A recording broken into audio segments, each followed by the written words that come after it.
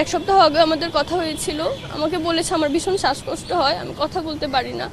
তো আমি বলেছি যে চলো আমি আসি ঢাকায়, তোমাকে হাসপাতালে নিয়ে যাই, ডাক্তার দেখায়। বলছে যে দেখি আর একটা সপ্তাহ দেখি, যদি আমার ইমার্জেন্সি হয় আমি তোদেরকে জানাবো।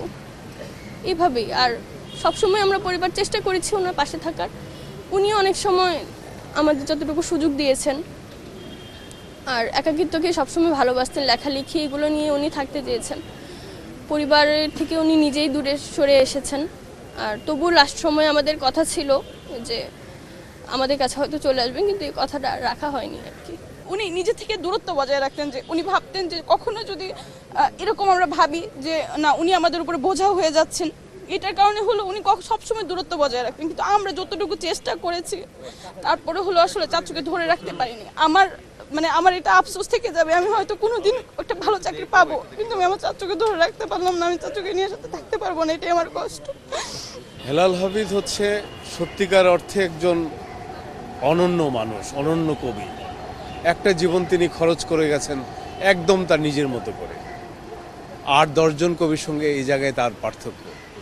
নিজে যা ভেবেছেন, নিজে যেভাবে দেখেছেন সেভাবে ব্যক্ত হয়েছেন এবং জীবন যাপন করেছেন। তার কবিতা কিন্তু অত্যন্ত সংহত। হ্যাঁ, তিনি সমাজ বাস্তবতা তুলে ধরেছেন, সমাজের প্রতিক্রিয়া ব্যক্ত করেছেন, সেখানে কিন্তু খুব সংহত। কিন্তু তার জীবন হচ্ছে তার নিজের মতো।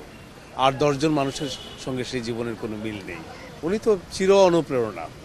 এই যে তার যে পংক্তি আমরা উচ্চারণ করি, এই পংক্তি কেন এত জনপ্রিয় হলো?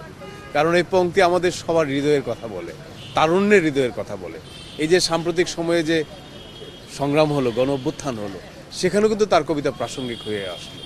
আমার ধারণা পৃথিবীতে যতদিন পর্যন্ত দুঃখ থাকবে, শোষণ থাকবে, অত্যাচার থাকবে, ততদিন পর্যন্ত এই ধরনের কবিতার আবেদন শেষ হবে না। তিনি এত মিষ্টভাষী, এত স্বল্পভাষী ছিলেন এবং এত আস্তে কথা বলতেন, এবং তার আন্তরিকতা এবং তার নির্মোহ একটা ব্যাপার, যে তার মধ্যে কোনো চাহিদা বা কোনো কিছু নাই। একদম আমি বলবো যে এইরকম লোক আসলে প্র্যাকটিক্যালি নিজের মধ্যে গুটিয়ে থাকা একটা লোক, এবং কোনো সময় কোনো জোর জবরদস্তি কোনো কিছুর মধ্যে উনি যেতেন না।